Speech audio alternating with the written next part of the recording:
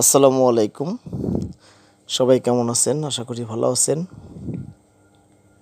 বেশ কয়েকদিন আগে আমরা গিয়েছিলাম হরিরামপুর বাল্লা, গ্রামের নাম ভাদিয়াখোলা। মোটরসাইকেল যোগে আপনারা দেখলেন আমাদের শ্রদ্ধেয় বড় ভাই সোহেল রানা ড্রাইভ করছেন।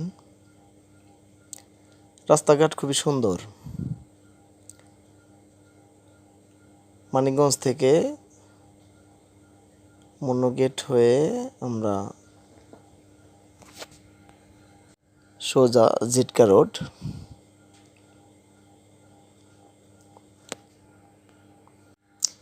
রাস্তার দুই ধারে সবুজ গাছপালা,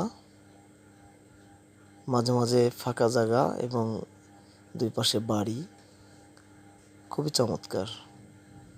আপনারা দেখতে পাচ্ছেন আমাদের এই টিমে আমরা বেশ কয়েকজন ছিলাম, প্রায় 22 জনের একটা টিম। মোটরসাইকেল ছিল সম্ভবত 12টি।